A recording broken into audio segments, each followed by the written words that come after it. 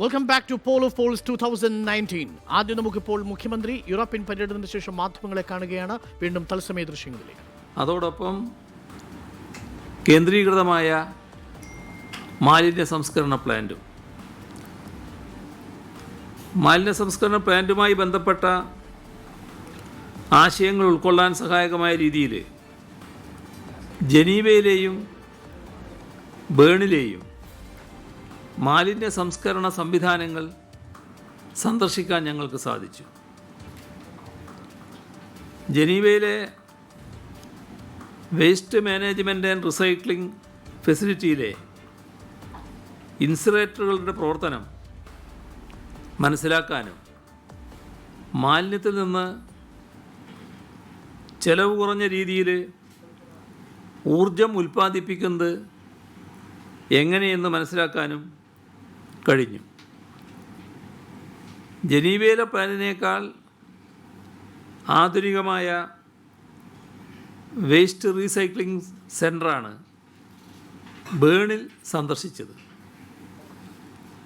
Waste വേർതിരിക്കൽ ഉൾപ്പെടെയുള്ള കാര്യങ്ങളെക്കുറിച്ച് അവിടെ വെച്ച് മനസ്സിലാക്കാനായി.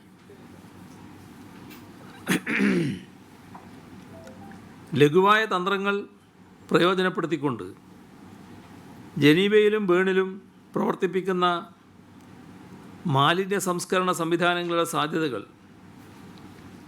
കേരളത്തിലെ പ്രയോജനപ്പെടുത്താനാകണമെന്നാണ് ഉദ്ദേശിക്കുന്നത്. ഇതിന് സഹായകരമായ രീതിയിൽ സ്വിറ്റ്സർലാൻഡിനെയും കേരളത്തെയും താരതമ്യം ചെയ്തുകൊണ്ടുള്ള ചർച്ചകൾ അവിടെ വെച്ച് നടന്നു. കേരളത്തിന് അനുയോജ്യമായ രീതിയിൽ നിയമങ്ങളും വിഭവ സമാഹരണ മാതൃകകളും തന്ത്രങ്ങളും ബോധവൽക്കരണ ക്യാമ്പയിനുകളും എങ്ങനെ ആവിഷ്കരിക്കാം, ഇതിനെക്കുറിച്ചും ചർച്ചകൾ നടന്നു. അധികാര വികേന്ദ്രീകരണത്തിൻ്റെ ശാക്തീകരണത്തിനുതകുന്ന വിധത്തിൽ തദ്ദേശ സ്വയംഭരണ സ്ഥാപനങ്ങളെ ഉൾപ്പെടെ സമന്വയിപ്പിച്ചുകൊണ്ട് ബ്ലോക്ക്, മുനിസിപ്പൽ, പഞ്ചായത്ത് തലത്തിൽ മാലിന്യ സംസ്കരണം യാഥാർത്ഥ്യമാക്കാനാണ് സർക്കാർ ലക്ഷ്യമിടുന്നത്.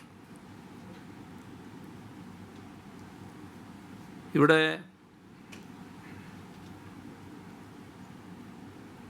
ഞങ്ങൾ സ്വിസ് പാർലമെൻറ്റും സന്ദർശിക്കുകയുണ്ടായി. അവിടുത്തെ സ്വിസ് ഇന്ത്യ ഫ്രണ്ട്ഷിപ്പ് ഗ്രൂപ്പുമായി ചർച്ച നടത്തി. കേരളവും സ്വിറ്റ്സർലൻഡും തമ്മിൽ സഹകരിക്കാവുന്ന മേഖലകളെക്കുറിച്ച് വിശദമായ ചർച്ചകൾ നടന്നു. ഇന്ത്യയിലെയും സ്വിറ്റ്സർലാൻഡിലെയും ജനാധിപത്യ പ്രക്രിയയെക്കുറിച്ചും ഭരണ സംവിധാനത്തെക്കുറിച്ചും മറ്റും ആശയവിനിമയം നടത്താനുള്ള അവസരം കൂടിയായി തീർന്നു ആ ചർച്ച. ഇവിടുത്തെ ഒരു പാർലമെൻറ്റ് അംഗം നമ്മുടെ നാട്ടുകാരനാണ്. 4 വയസ്സ് വരെ തലശ്ശേരിയിൽ ജീവിച്ചയാളാണ്. NDTFൻ്റെ പ്രിൻസിപ്പാളായിരുന്ന ആളുടെ അവരും ഭാര്യയും കൂടി ദത്തെടുത്ത കുട്ടിയായിരുന്നു. ഇപ്പോൾ അവിടെ പാർലമെൻറ്റ് അംഗമായിരിക്കുകയാണ്. ഇപ്പോൾ കേരളത്തെക്കുറിച്ച് ഒട്ടേറെ ഓർമ്മകൾ അദ്ദേഹം ഇപ്പോഴും പങ്കുവെക്കുന്നുണ്ട്. അടുത്ത ജൂലൈയിൽ കേരളത്തിൽ വരും എന്ന് പറഞ്ഞിട്ടുമുണ്ട്. ഇവിടെ തിരുവനന്തപുരത്തും വരാൻ വേണ്ടി ക്ഷണിച്ചിട്ടുണ്ട്. കേരളീയ ഭക്ഷണം തരാമെന്ന് അദ്ദേഹത്തിന് ഉറപ്പ് നൽകിയിട്ടുണ്ട്. കേരളത്തിലേക്ക് സ്വിറ്റ്സർലാൻഡിൽ നിന്നുള്ള നിക്ഷേപം ആകർഷിക്കാൻ ഉതകുന്ന വിധത്തിൽ സാമ്പത്തിക കാര്യം, വിദ്യാഭ്യാസം, ഗവേഷണം ഇവയുടെ സ്വിസ് ഫെഡറൽ കൗൺസിലറായ ഗൈ പാർമെലിനുമായി ചർച്ച നടത്തുകയുണ്ടായി.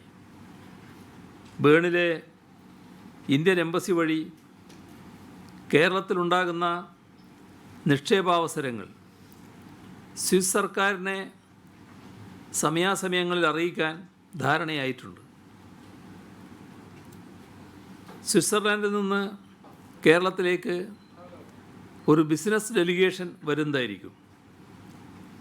കേരളത്തിൻ്റെ ഒരു ഡെലിഗേഷൻ സ്വിറ്റ്സർലൻഡിലേക്ക് പോവുകയും റോഡ് ഷോയിൽ പങ്കെടുക്കുകയും ചെയ്യും.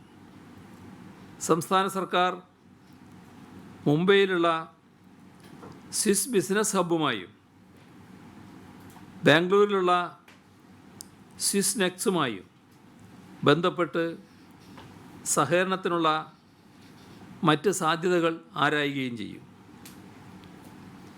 സ്വിറ്റ്സർലാൻഡിലെ സിഇഒമാരുമായും മുതിർന്ന സർക്കാർ ഉദ്യോഗസ്ഥരുമായും ബേണിലെ ഇന്ത്യ ഹൗസിൽ വെച്ച് കൂടിക്കാഴ്ച നടത്തുകയുണ്ടായി. കേരളത്തെ നിക്ഷേപ സൗഹൃദ സംസ്ഥാനമാക്കുന്നതിന് വേണ്ടി സ്വീകരിച്ചിട്ടുള്ള നടപടികൾ വിശദീകരിച്ചു.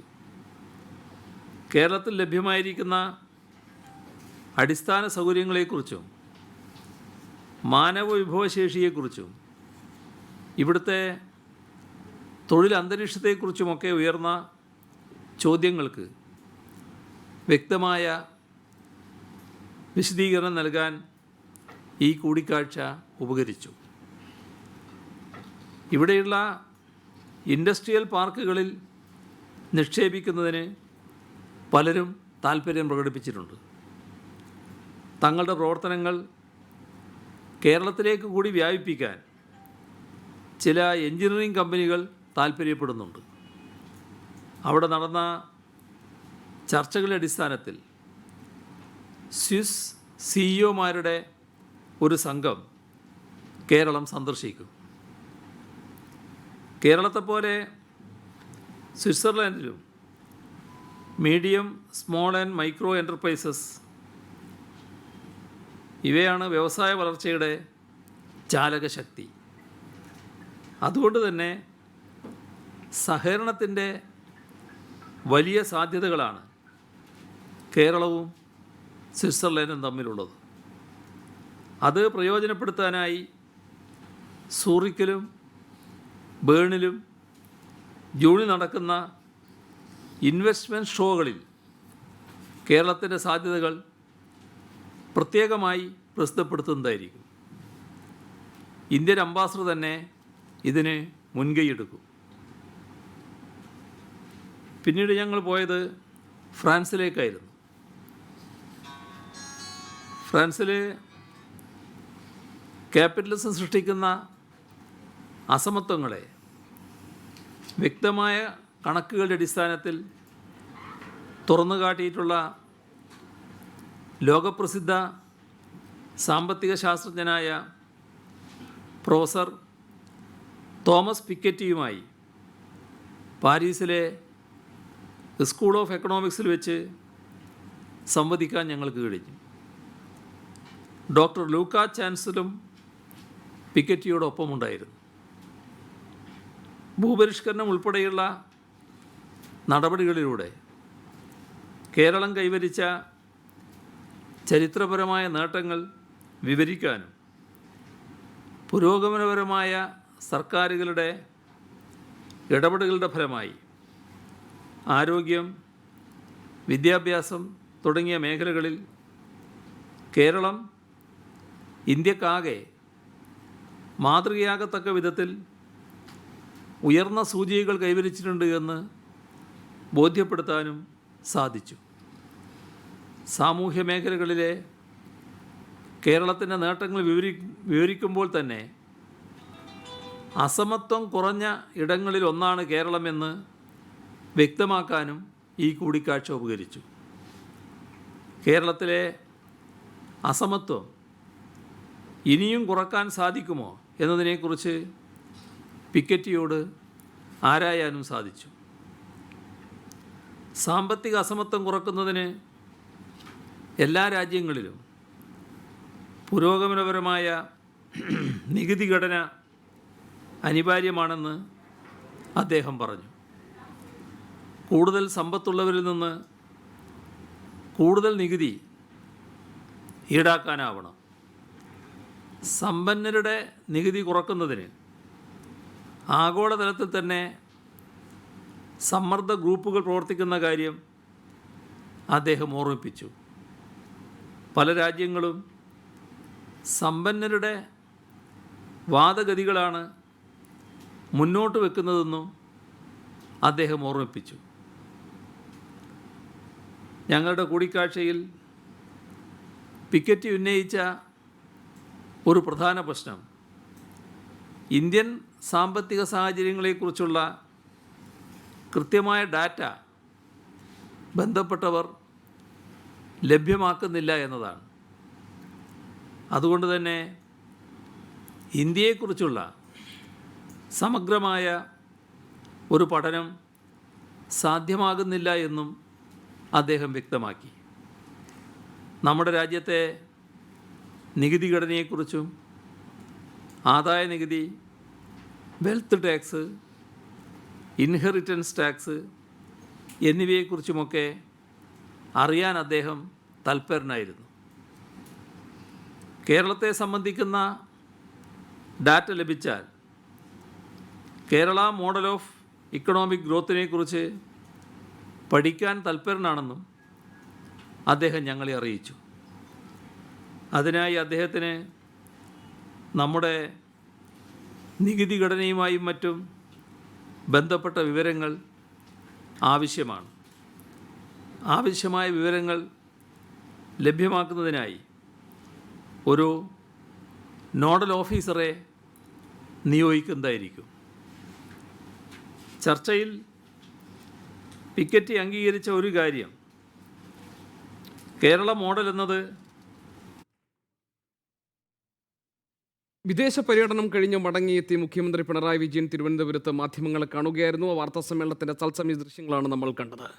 രാജ്യമൊന്നാകെ എക്സിറ്റ് പോൾ ഫലങ്ങൾ പുറത്തു വന്നതിന് ശേഷമുള്ള രാഷ്ട്രീയ കൂടിയാലോചനകളിലും കണക്കുകൂട്ടലുകളിലുമാണ്. എക്സിറ്റ് പോൾ ഫലപ്രവചനങ്ങൾ എല്ലാം തന്നെ NDA വീണ്ടും അധികാരത്തിൽ വരാനുള്ള സാധ്യത പ്രവചിക്കപ്പെട്ടിരിക്കുന്ന പശ്ചാത്തലത്തിൽ വളരെ ചടുലമായി ഈ കാര്യത്തിൽ ആലോചനകൾ നടത്തുകയും പുതിയ നീക്കങ്ങൾ എന്തൊക്കെ വേണമെന്ന് തീരുമാനിക്കപ്പെടുകയും ചെയ്യുന്ന മണിക്കൂറുകളിലൂടെയാണ് രാജ്യ തലസ്ഥാനം കടന്നു പോകുന്നത്. പ്രതിപക്ഷ ഐക്യനിര എത്രത്തോളം ശക്തമായി ഈ ഘട്ടത്തിൽ ഒന്നിച്ചു നിന്ന് മുന്നോട്ട് വരാൻ കഴിയുമെന്നതിൻ്റെ ആലോചനകൾ കൂടി വളരെ സജീവമായി നടക്കുന്നുണ്ട്. BJP അടക്കമുള്ള സഖ്യകക്ഷികളടങ്ങുന്ന NDAയ്ക്കും നിർണായകമായ സ്വാധീനമുണ്ടാക്കാൻ കഴിയും ഈ തെരഞ്ഞെടുപ്പിലെ ജനവിധി പുറത്തു വരുമ്പോൾ എന്ന് അവർക്ക് ആത്മവിശ്വാസം നൽകുന്ന തരത്തിലാണ് എക്സിറ്റ് പോൾ ഫലപ്രവചനങ്ങളെല്ലാം തന്നെ പുറത്തു വന്നിരിക്കുന്നത്. ഈ ഘട്ടത്തിൽ പ്രധാനപ്പെട്ട ഇന്ത്യയിലെ സംസ്ഥാനങ്ങൾ, അതായത് ഇന്ത്യയുടെ ജനവിധിയെ നിർണായകമായി സ്വാധീനിക്കുന്ന, രാജ്യം ആര് ഭരിക്കണം എന്ന് തീരുമാനിക്കുന്നതിൽ നിർണായകമായ സ്വാധീനം ചെലുത്താൻ പ്രാപ്തിയുള്ള സംസ്ഥാനങ്ങൾ, ആ സംസ്ഥാനങ്ങളിൽ എന്തെല്ലാം പ്രവചനങ്ങളാണ് നിലനിൽക്കുന്നത്? അതിൽ ഉത്തർപ്രദേശ് 80 സീറ്റുകളുള്ള ഉത്തർപ്രദേശിൻ്റെ കാര്യത്തിൽ, 48 സീറ്റുകളുള്ള മഹാരാഷ്ട്രയുടെ കാര്യത്തിൽ, 40 സീറ്റുള്ള ബീഹാറിൻ്റെ കാര്യത്തിൽ, 42 സീറ്റുകളുള്ള പശ്ചിമ ബംഗാളിൻ്റെ കാര്യത്തിൽ, തമിഴ്നാടിൻ്റെ കാര്യത്തിൽ, അങ്ങനെ വളരെ കേപ്പബിൾ ആയിട്ടുള്ള, വളരെ ശക്തമായിട്ടുള്ള സംസ്ഥാനങ്ങൾ ഏത് നിലയ്ക്കാണ് അവിടുത്തെ ഫലപ്രവചനങ്ങൾ ഇപ്പോൾ ഈ വിവിധ ഏജൻസികൾ നടത്തിയിട്ടുള്ള എക്സിറ്റ് പോളിൽ നിന്ന് അതിൽ നിന്ന് വരുന്ന ചിത്രം എന്താണെന്ന് നമുക്ക് വളരെ പെട്ടെന്ന് പരിശോധിക്കാം. അതിൽ നിന്ന് ഏതാണ്ട് ഒരു രാഷ്ട്രീയ ട്രെൻഡ്, ഒരു പൊളിറ്റിക്കൽ ട്രെൻഡ്, ഒരു പൊളിറ്റിക്കൽ മൂഡ് ഈ ഇലക്ഷൻ ഘട്ടത്തിൽ എന്തായിരുന്നു ഈ സംസ്ഥാനങ്ങളിൽ എന്നുകൂടി നമുക്ക് മനസ്സിലാക്കാൻ സഹായിക്കും. അതാത് സംസ്ഥാനങ്ങളിലെ രാഷ്ട്രീയ പാർട്ടികൾക്കോ മുന്നണികൾക്കോ കിട്ടിയിട്ടുള്ള വോട്ട് വിഹിതവും അതിനാനുപാതികമായിട്ടുള്ളൊരു സീറ്റ് പ്രൊജക്ഷനും ഉണ്ടായിട്ടുണ്ടോ എന്നാണ് നമ്മൾ ആദ്യം പരിശോധിക്കേണ്ടത്. അതുകൊണ്ട് തന്നെ തമിഴ്നാട് മുതൽ പ്രധാനപ്പെട്ട സംസ്ഥാനങ്ങളുടെ സീറ്റ് നിലയും 2014 ഓരോ കക്ഷികൾക്കും കിട്ടിയിട്ടുള്ള സീറ്റുകളും ഈ തെരഞ്ഞെടുപ്പിൽ മെയ് 23 ജനവിധി പൂർണ്ണമായി പുറത്തു വരുമ്പോൾ അവർക്ക് കിട്ടാൻ ഇടയുണ്ട് എന്ന് വിവിധ ഏജൻസികൾ പ്രവചിക്കുന്ന സീറ്റ് നിലയും എന്താണെന്ന് നമുക്ക് നോക്കാം. തമിഴ്നാടാണ് നമ്മൾ ആദ്യം പരിശോധിക്കാൻ പോകുന്ന സംസ്ഥാനം. തമിഴ്നാട്ടിൽ 2014 അണ്ണാ DMK വളരെ വലിയ ഒരു ബിഗ് സ്വീപ്പ് നടത്തിയിട്ടുള്ള സംസ്ഥാനമാണ് തമിഴ്നാട്. കഴിഞ്ഞ തവണ തമിഴ്നാട്ടിലെ 39 സീറ്റുകളിൽ നമുക്ക് ന്യൂസ് 18 എന്ത് തരം പ്രൊജക്ഷനാണ് നൽകുന്നത് നമുക്ക് നോക്കാം. ഏറ്റവും പ്രധാനപ്പെട്ട കാര്യം 2014 തമിഴ്നാടിൻ്റെ നില എന്താണെന്ന് ആദ്യം പരിശോധിക്കാം. അണ്ണാ DMK 37 സീറ്റുകൾ, BJP 1, DMK 1, 39 ലോക്സഭാ സീറ്റുകളുള്ള തമിഴ്നാട്ടിൽ ഇതായിരുന്നു 2014 കക്ഷിനില. അവിടെ അണ്ണാ DMKക്ക് വളരെ വലിയ മുന്നേറ്റം നടത്താൻ കഴിഞ്ഞിരുന്നു 2014 ലോക്സഭാ തെരഞ്ഞെടുപ്പിൽ. എന്നാൽ 2019 അത്ര വലിയ മുന്നേറ്റം അണ്ണാ DMKക്ക് നടത്താൻ കഴിയുമെന്ന് ന്യൂസ് 18 പ്രവചനം DMKക്ക് 22 മുതൽ 24 സീറ്റുകൾ വരെ തമിഴ്നാട്ടിൽ ഇത്തവണ കിട്ടാൻ സാധ്യതയുണ്ട് എന്നതാണ്. 24 സീറ്റുകൾ, അതായത് DMK-യുടെ ഒരു ക്ലീൻ സ്വീപ്പ് ഉണ്ടാകുമെന്ന് ന്യൂസ് 18 പ്രവചിക്കുന്നില്ല. മറിച്ച് 24 സീറ്റുകൾ DMK-ക്ക് ഒരു വലിയ മുന്നേറ്റം ഉണ്ടാക്കാൻ തമിഴ്നാട്ടിൽ കഴിയും. എന്നാൽ അതേസമയം തന്നെ അണ്ണാ DMK-ക്ക് 14 മുതൽ 16 സീറ്റുകൾ വരെ കിട്ടാൻ സാധ്യതയുണ്ട് എന്ന പ്രവചനമാണ് ന്യൂസ് 18 നടത്തുന്നത്. BJP-ക്ക് ഒരു സീറ്റും നൽകിയിട്ടില്ല. തമിഴ്നാടിൻ്റെ സവിശേഷത നമുക്കറിയാം. 2 മുന്നണികൾ മുഖാമുഖം ഏറ്റുമുട്ടുന്ന ദക്ഷിണേന്ത്യൻ സംസ്ഥാനമാണ് തമിഴ്നാട്. അതിൽ അണ്ണാ DMK ഉൾപ്പെട്ടിരിക്കുന്നത് BJP അടങ്ങുന്ന NDA മുന്നണിയുടെ ഭാഗമായാണ്. DMK കോൺഗ്രസുമായി സഖ്യത്തിലാണ് തമിഴ്നാട്ടിൽ. റിപ്പബ്ലിക് സീ വോട്ടർ അവരുടെ പ്രൊജക്ഷൻസ് ഏത് നിലയ്ക്കാണെന്ന് നമുക്ക് നോക്കാം. NDA-ക്ക് 11 സീറ്റാണ് തമിഴ്നാട്ടിൽ റിപ്പബ്ലിക് സീ വോട്ടർ പ്രവചിക്കുന്നത്. UPA-ക്ക് 27 സീറ്റ്, അതായത് DMK-ക്ക് 27 സീറ്റ് എന്നതാണ് തമിഴ്നാട്ടിൽ റിപ്പബ്ലിക് സീ വോട്ടർ സർവേ പ്രവചിക്കുന്നത്. തമിഴ്നാട്ടിൽ മറ്റൊരു സർവേ ഫലം, ടൈംസ് നൗ CNX സർവേ ഫലം തമിഴ്നാട്ടിലെ പ്രവചനങ്ങൾ ഇങ്ങനെയാണ് നൽകുന്നത്. NDA-ക്ക് 10 സീറ്റ്, UPA-ക്ക് 28 സീറ്റ്. ഇതിൽ ഏറ്റവും പ്രധാനപ്പെട്ട കാര്യം 2014 തമിഴ്നാട്ടിൽ ഉണ്ടായിരുന്നത് പോലെ ഒരു എക്സ്ട്രീം വേവ് അല്ലെങ്കിൽ ഏതെങ്കിലും ഒരു ഭാഗത്തേക്ക് പൂർണ്ണമായി ആ സംസ്ഥാനം മാറുന്നു എന്നത് ഈ 2019 ഈ പ്രൊജക്ഷൻസിൽ നമുക്ക് കാണാൻ കഴിയുന്നില്ല. പക്ഷേ നമുക്കറിയാം തമിഴ്നാടിനെ സംബന്ധിച്ച് എപ്പോഴും ഈ പറയുന്ന എക്സിറ്റ് പോൾ ഫലങ്ങൾ പല സമയങ്ങളിലും വഞ്ചിച്ചിട്ടുള്ള സംസ്ഥാനമാണ് തമിഴ്നാട്. അതുകൊണ്ട് തന്നെ ഇതിനെ ഈ പ്രവചനത്തിൻ്റെ സ്വഭാവത്തിൽ മാത്രമേ ഇതിനെ നമുക്ക് പരിഗണിക്കാൻ ഈ ഘട്ടത്തിലും സാധിക്കുകയുള്ളൂ. തമിഴ്നാടിൻ്റെ തന്നെ ഈ പ്രവചനങ്ങളിലെ മുൻ അനുഭവങ്ങൾ വെച്ച് നോക്കുമ്പോൾ തമിഴ്നാട്ടിൽ DMK-ക്ക് 6 സീറ്റും അണ്ണാ DMK-ക്ക് 31 സീറ്റും ടുഡേസ് ചാണക്യ കഴിഞ്ഞ തവണ ലോക്സഭാ തെരഞ്ഞെടുപ്പ് കഴിഞ്ഞ് അതിൻ്റെ എക്സിറ്റ് പോൾ പ്രവചനങ്ങൾ പുറത്തു വന്നപ്പോൾ വളരെ വലിയ മുന്നേറ്റം NDA നടത്തും എന്ന് ഏതാണ്ട് കൃത്യമായി പ്രവചിച്ച ടുഡേസ് ചാണക്യ പറയുന്നു അണ്ണാ DMK-ക്ക് 31 സീറ്റുകൾ ഇക്കുറി തമിഴ്നാട്ടിൽ ലഭിക്കാൻ ഇടയുണ്ട് എന്നതാണ്. ഇന്ത്യ ടുഡേ ആക്സിസ് സർവേ ഫലങ്ങൾ നമ്മളോട് പറയുന്നത് DMK-ക്ക് 34 മുതൽ 38 സീറ്റ് വരെ, മറ്റുള്ളവർക്ക് 4. അണ്ണാ DMK ഒരു സീറ്റും ഇന്ത്യ ടുഡേ ആക്സിസ് ഒരുപക്ഷെ ഏറ്റവും അധികം ആളുകളെ ചെന്ന് കണ്ട് സർവേ നടത്തിയ ഇന്ത്യ ടുഡേ ആക്സിസിൻ്റെ സർവേ ഫലങ്ങൾ നമ്മളോട് പറയുന്നത് ഏതാണ്ട് 7 ലക്ഷത്തോളം വരുന്ന സാമ്പിൾ സൈസിൽ, ഇത് ഏറ്റവും വലിയ സാമ്പിൾ സൈസ് സർവേ നടത്തിയിട്ടുള്ള ഇന്ത്യ ടുഡേ പറയുന്നു DMK-ക്ക് 34 മുതൽ 38 സീറ്റ് വരെ പോകാൻ കഴിയും, മറ്റുള്ളവർക്ക് 4 സീറ്റ് വരെ എന്നതാണ്. TM ഹർഷൻ ഉണ്ട് ന്യൂസ് ഡെസ്കിൽ നിന്ന്. ഹർഷൻ, തമിഴ്നാട്ടിലെ ഈ എക്സിറ്റ് പോൾ ഫല പ്രൊജക്ഷൻസ് നോക്കുമ്പോൾ 2014 കണ്ടതുപോലെ പൂർണ്ണമായി ഏതെങ്കിലും ഒരു ഭാഗത്തേക്ക് ചാഞ്ഞു പോകുന്ന ഒരു സാഹചര്യം ഇപ്പോഴുമില്ല. ഇപ്പോൾ DMK-യുടെ വലിയ മുന്നേറ്റം ഇത്തവണ ഉണ്ടാകുമെന്ന് പ്രവചിക്കപ്പെട്ടതാണ്. എന്നാൽ DMK-ക്ക് പൂർണ്ണമായ ഒരു ആധിപത്യം പ്രവചിക്കുന്നില്ല. എങ്ങനെ വേണം തമിഴ്നാട്ടിലെ ഈ രാഷ്ട്രീയ സ്ഥിതിഗതികളെ മനസ്സിലാക്കാൻ എക്സിറ്റ് പോൾ ഫലങ്ങളുടെ പശ്ചാത്തലത്തിൽ? ഗോപി, ഏറ്റവും പ്രധാനപ്പെട്ട കാര്യം ഇത്തവണ അവിടെ ജയലളിതയും കരുണാനിധിയും ഇല്ല എന്നുള്ളതാണ്. ജയലളിതയും കരുണാനിധിയും ഇല്ലാത്ത തമിഴ്നാട്ടിൽ നടക്കുന്ന തെരഞ്ഞെടുപ്പ് എന്ന നിലയ്ക്ക് തന്നെയാണ് ഏറെ ശ്രദ്ധേയമാവുക. ഇവർ രണ്ടും ഇല്ലാത്തത് കൊണ്ട് തന്നെയായിരിക്കാം ഒരുപക്ഷെ BJP-ക്ക് അവിടെ ഒരു സഖ്യം ഉണ്ടാക്കാൻ കഴിഞ്ഞതും. ADMK സഖ്യത്തിലാണ് ഇത്തവണ BJP ഉള്ളത്. ചരിത്രത്തിലാദ്യമായാണ് അത്രയും വിശാലമായ ഒരു സഖ്യത്തിലേക്ക് BJP-ക്ക് എത്തിപ്പെടാനും കഴിയുന്നത്. അതുകൊണ്ട് അവിടുത്തെ പ്രചാരണ രംഗത്ത് ഒട്ടും പിന്നോട്ട് പോകാതെ ഒപ്പത്തിനൊപ്പം DMK കോൺഗ്രസ് സഖ്യത്തിന് ഒപ്പത്തിനൊപ്പം നിൽക്കാൻ അവിടെ ADMK സഖ്യത്തിന് കഴിഞ്ഞിരുന്നു. ഫണ്ടാണ് ഒരു പ്രധാനപ്പെട്ട ഘടകം. ഫണ്ടിൻ്റെ കാര്യത്തിലൊന്നും ഒരു ബുദ്ധിമുട്ടും അവിടെ ഉണ്ടായിരുന്നില്ല ADMK സഖ്യത്തിനും എന്നുള്ളത് നമ്മളെല്ലാവരും കണ്ടതാണ്. അങ്ങനെ പരസ്യ പ്രചാരണ രംഗത്ത് ഇവർ ഒപ്പത്തിനൊപ്പം നിൽക്കുന്നു എന്ന ഘട്ടത്തിൽ തന്നെ അവിടെ ഈ ഭരണവിരുദ്ധ വികാരം എന്നത് ഞാൻ ഈ പറഞ്ഞു പോകുന്നത് ഏതാണ്ട് 10 സീറ്റ് വരെ ADMK സഖ്യത്തിന് അവിടെ പ്രവചിച്ചിരിക്കുന്നു എന്നതുകൊണ്ടുകൂടിയാണ് കേട്ടോ. അപ്പോൾ ആ 10 സീറ്റ് വരെ അവർക്ക് എത്തിപ്പെടാൻ കഴിയുന്ന ഒരു സാഹചര്യം ഉണ്ടാകുന്നുണ്ടെങ്കിൽ അതിനൊരു പ്രധാനപ്പെട്ട കാരണം എന്ന് പറയുന്നത് ഇവർക്ക് നന്നായി പ്രചാരണ രംഗത്ത് സജീവമായി നിൽക്കാൻ കഴിഞ്ഞു എന്നത് മാത്രമല്ല, ഭരണവിരുദ്ധ വികാരം ചിതറിപ്പോയി എന്നുള്ളത് കൂടിയാണ്. കാരണം ഇപ്പോൾ കമലഹാസൻ അവിടെ മത്സര രംഗത്തുണ്ട്.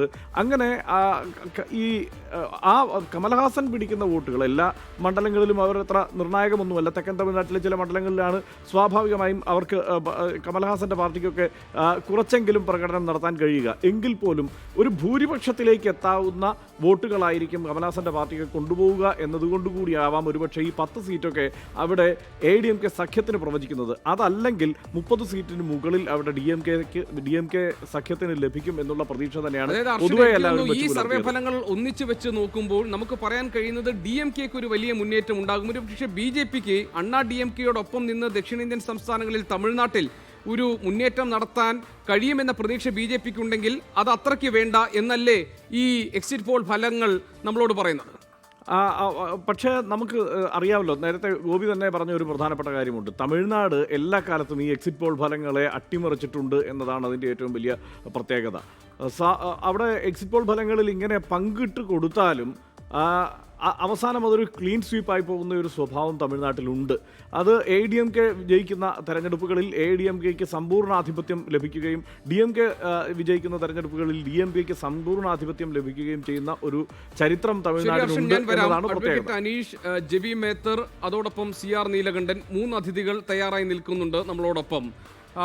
അഡ്വക്കേറ്റ് അനീഷ്, ഈ തമിഴ്നാട്ടിലെ ഫലം, ഇപ്പോൾ ഇന്ത്യയിലെ മൊത്തം എക്സിറ്റ് പോൾ ഫലങ്ങൾ സ്വാഭാവികമായും BJPക്ക് ആത്മവിശ്വാസവും സന്തോഷവും നൽകുന്നതാണ്.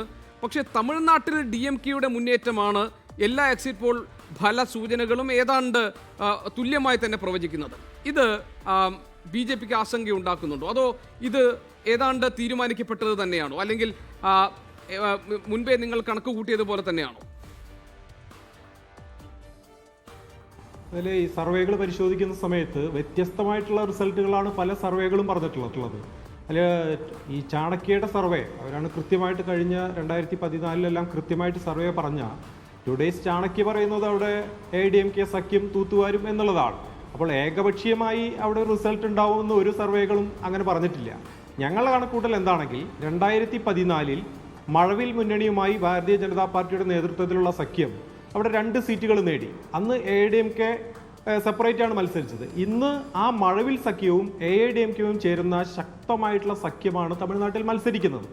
ഈ പാർട്ടികളുടെ എല്ലാം വോട്ട് നമ്മൾ പരിശോധിക്കുന്ന സമയത്ത് 60% വോട്ട് ബേസ് ഈ ADMK മുന്നിലുള്ള രാഷ്ട്രീയ പാർട്ടികൾക്ക് സ്വന്തമായിട്ടുണ്ട്. അപ്പോൾ സ്വാഭാവികമായി ഈ 60% വോട്ടുകൾ സമാഹരിക്കാൻ സാധിച്ചില്ലെങ്കിൽ പോലും അവിടെ പകുതിയിലധികം സീറ്റുകൾ നേടിയെടുക്കുന്നതിന് ആവശ്യമായിട്ടുള്ള വോട്ട് തമിഴ്നാട്ടിൽ BJP സഖ്യത്തിന് കിട്ടും എന്നാണ് ഞങ്ങൾ പ്രതീക്ഷിക്കുന്നത്. വളരെ സിസ്റ്റമാറ്റിക് ആയിട്ടുള്ള പ്രവർത്തനമാണ് പ്രധാനമന്ത്രിയുടെ നേതൃത്വത്തിൽ തമിഴ്നാട്ടിൽ BJP കാഴ്ചവെച്ചിട്ടുള്ളത്. അപ്പം അതുകൊണ്ട് നല്ലൊരു റിസൾട്ടാണ് ഞങ്ങൾ തമിഴ്നാട്ടിൽ നിന്ന് പ്രതീക്ഷിക്കുന്നത്. ശരി ശരി CR നീലകണ്ഠൻ, ഈ എക്സിറ്റ് പോൾ ഫലങ്ങൾ ഒന്നാകെ പരിശോധിക്കുമ്പോൾ നമുക്ക് മനസ്സിലാക്കാൻ കഴിയുന്ന കാര്യം, കഴിഞ്ഞ തവണത്തേതുപോലെ തന്നെ ദക്ഷിണേന്ത്യൻ സംസ്ഥാനങ്ങളിലേക്ക് പ്രതീക്ഷിക്കുന്ന തരത്തിൽ കടന്നു കയറാൻ BJPക്ക് കഴിയില്ല എന്നുള്ളതാണ്, അല്ലെങ്കിൽ NDA സഖ്യത്തിന് കഴിയില്ല എന്നതാണ്. ഒരുപക്ഷെ എവിടെയൊക്കെയാണോ BJPയുടെ വരവിനെ പ്രതിരോധിച്ച് നിർത്തുന്നത് അവിടെയെല്ലാം മുഖ്യ റോളിലുള്ളത് അവിടുത്തെ പ്രാദേശിക രാഷ്ട്രീയ കക്ഷികളാണ്. ഇപ്പോൾ ഏറ്റവും ഒടുവിൽ നമ്മളിപ്പോൾ തമിഴ്നാടിൻ്റെ കാര്യം എടുക്കുമ്പോൾ തമിഴ്നാട്ടിലും അതെ, DMK ആണ് ഈ BJPയുടെ കടന്നുവരവിനെ പ്രതിരോധിച്ച് നിർത്തുന്നത്. ദക്ഷിണേന്ത്യൻ സംസ്ഥാനങ്ങളിലേക്ക് കടന്നു കയറാൻ BJP നടത്തിയ ശ്രമങ്ങൾ തമിഴ്നാട്, കർണാടക പോലെയുള്ള സംസ്ഥാനങ്ങളുടെ കാര്യം എടുക്കുമ്പോൾ വിലപ്പോകില്ല എന്ന് നമുക്ക് വിലയിരുത്താനാകുമോ? അല്ല, അതിൽ കർണാടക നമുക്ക് ഒഴിവാക്കാം. കർണാടകയുടെ വ്യത്യസ്തമായ ഒരു സംഗതിയുണ്ട്.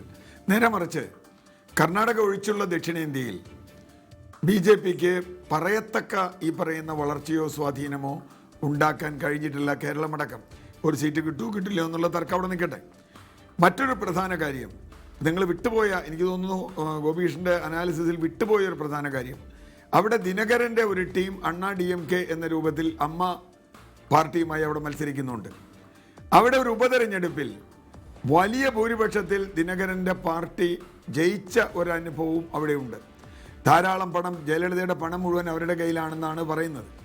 കഴിഞ്ഞ തെരഞ്ഞെടുപ്പിലെ ഇപ്പോൾ വോട്ട് മഴവിൽ മുന്നണിയുടെയും ADMKയുടെയും വോട്ട് കൂട്ടാം എന്ന് BJPയുടെ വക്താവ് പറയുമ്പോൾ അതിൽ സംഭവിക്കാവുന്ന ഒരു പ്രധാന കാര്യം, ജയലളിത കഴിഞ്ഞ തവണ എന്തുകൊണ്ടാണ് BJPയെ കൂടെ കൂട്ടാതിരുന്നത്? അതിൻ്റെ രാഷ്ട്രീയത്തിലേക്ക് നമ്മൾ പോകണം. ഈ ദ്രാവിഡ രാഷ്ട്രീയത്തിൽ BJPക്ക് അത്ര സ്വീകാര്യതയില്ല എന്നത് ഒരു സത്യമാണ്. അതൊരു ഹിസ്റ്റോറിക് ഫാക്റ്റാണ്. അല്ല, പക്ഷേ CR നീലകണ്ഠൻ, ജയലളിത കൂടെ കൂട്ടിയിരുന്നില്ലെങ്കിലും ഈ ഫലം വരുന്നതിന് തൊട്ട് മുൻപ് വരെ പ്രധാനമന്ത്രിയാകാനുള്ള ഉടുപ്പ് തയ്പ്പിച്ചു വെച്ചവരുടെ കൂട്ടത്തിൽ ജയലളിതയും ഉണ്ടായിരുന്നു. അല്ല, അവിടെയാണ് ഞാൻ പറഞ്ഞത്, ജയലളിത എന്തുകൊണ്ട് BJPയെ കൂടെ കൂട്ടിയില്ല? പ്രധാനമന്ത്രിയാവുന്നത് മാത്രമല്ല, BJP അവിടെ കൂടുന്നതോടുകൂടി ഇവരുന്നയിക്കുന്ന ദ്രാവിഡ രാഷ്ട്രീയത്തിൻ്റെ മുനയൊടിയുകയാണ്.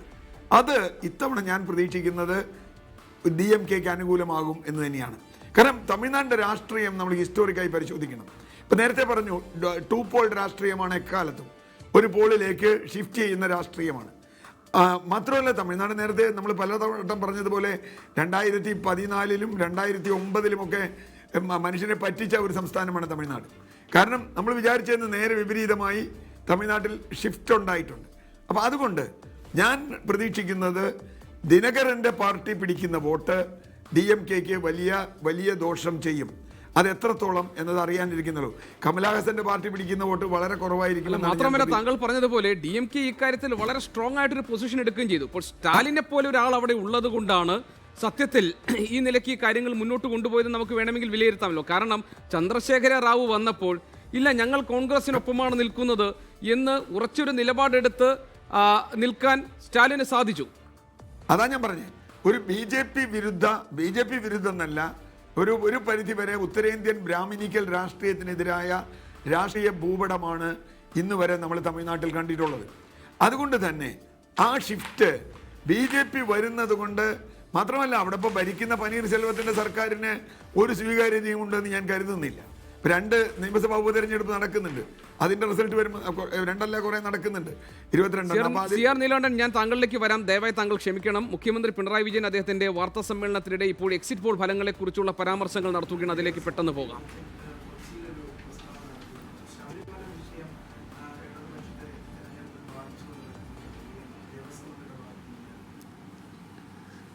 എങ്ങനെ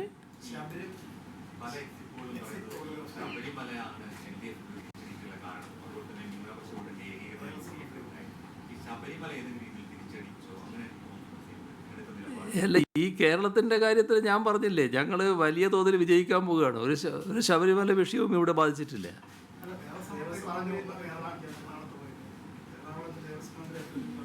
ഞാൻ പറഞ്ഞത് പിന്നെ കേട്ടില്ലേ? ഞാൻ പറഞ്ഞത് ശബരിമലയുടെ കാര്യത്തിൽ യാതൊരു തരത്തിലുള്ള പ്രശ്നങ്ങളും കേരളത്തിലുണ്ടായിട്ടില്ല. ശബരിമലയിൽ സംഭവിക്കാൻ പാടില്ലാത്തത് സംഭവിപ്പിച്ചത് ആരാണെന്ന് എല്ലാവർക്കും അറിയാം. ഇപ്പോൾ അവരുടെ ഇടയിൽ തന്നെ പ്രശ്നങ്ങളുണ്ടായിരിക്കുന്നു.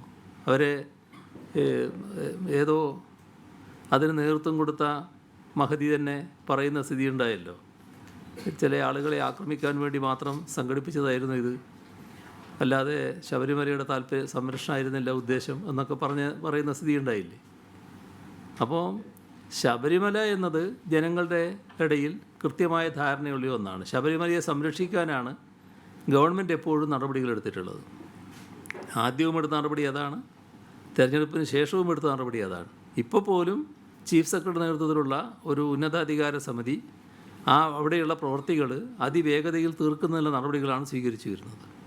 ഇനി അടുത്ത ശബരിമല സീസൺ ആകുമ്പോഴേക്ക് ഇതേവരെയുള്ള ശബരിമലയായിരിക്കില്ല കാണുന്നത്, കൂടുതൽ ഉയർന്ന സൗകര്യങ്ങളോട് കൂടിയ ശബരിമലയാണ് കാണാൻ സാധിക്കുക.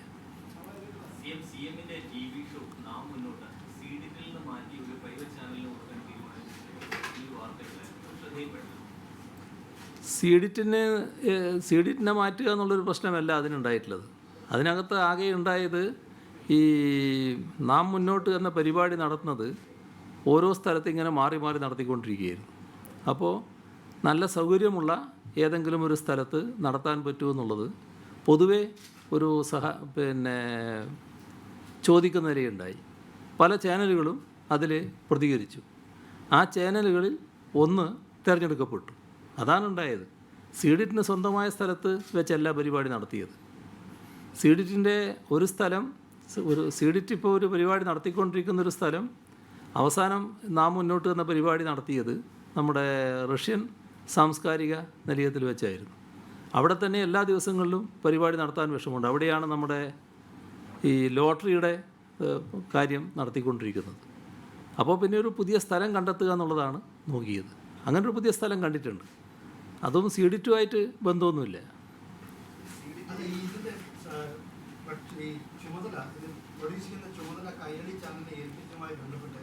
ചോദ്യം നിയമസഭാ സമ്മേളനത്തിൽ കഴിഞ്ഞ സമ്മേളനത്തിൽ വന്നു. അന്ന് CM പറഞ്ഞ ഇത്തരം ഒരു ആലോചനയില്ല, സീറ്റിനെ ശക്തിപ്പെടുത്തി മുന്നോട്ട് വന്ന് KC ജോസഫിന്റെ സബ്മിഷന് മറുപടിയായിട്ടാണ് എൻ്റെ ഓർമ്മ. അന്ന് CM പറഞ്ഞ മറുപടി ഇതിന് കടവിരുദ്ധമാണ്. അല്ലല്ലല്ല, ഞാൻ ഈ പറഞ്ഞു തന്നെയാണ് പറഞ്ഞത്. ഞാൻ പറഞ്ഞത് ഇത് തന്നെയാണ്, ആ പറഞ്ഞു തന്നെയാണ് ഞാൻ ഇപ്പോഴും ആവർത്തിക്കുന്നത്.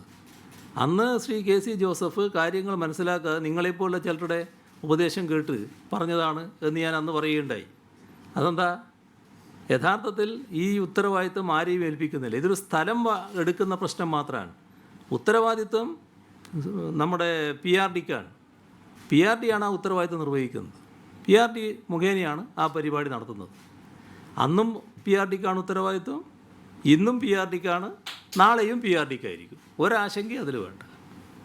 മുഖ്യമന്ത്രിയുടെ ദുരിതാശ്വാസ നിധിയുടെ പോർട്ടലിന്റെ നടത്തിപ്പിൽ മുതലാണ് സ്വകാര്യ കമ്പനിക്ക് കൊടുത്തുവെന്ന് ആരോപണം.